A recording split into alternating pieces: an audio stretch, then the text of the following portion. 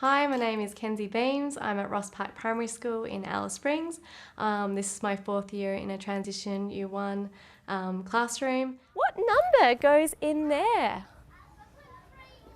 You can have a look. They all start with 6. That's a bit of a clue.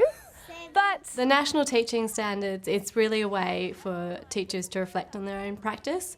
So we ask kids all the time in the classroom to reflect on their learning, to reflect on what they've done. And I think it's important for teachers to reflect on what they're doing, because when it's time for kids to reflect, we can help them through that process. You know, we talked about the goal setting earlier this year when we had that meeting with all of the staff. And I think the difference this year was we moved to the national standards. We'd been using the Teacher Registration Board standards from the Northern Territory. So this is all a little bit new for all of us. And I wondered how you'd been getting on. I know you identified 2 or 3 at the beginning of the year. I'm halfway through the year now, so I wondered how they're looking for you.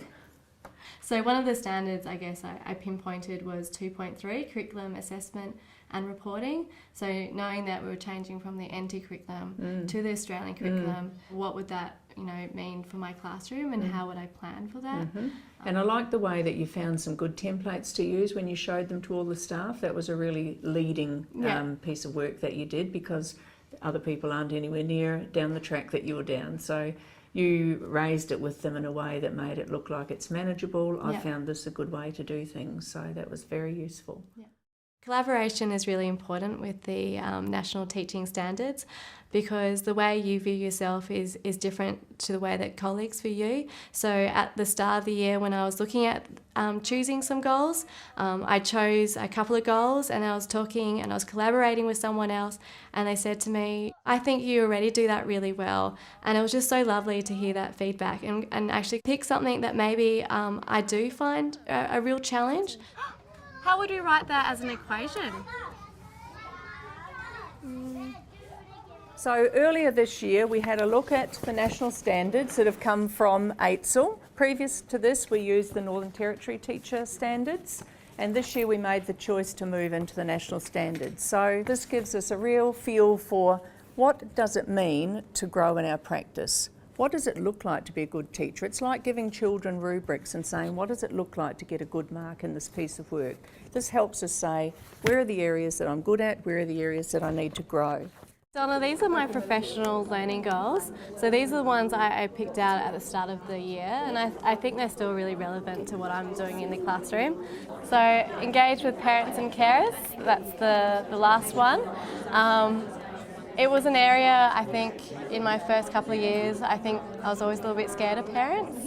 And so my goal this year was to really get on top of getting to know all the different parents in my classroom. And thank you so much for coming in and doing handwriting. So the ones with the dots, do you want me to make up some extra sheets so they can just practice that letter?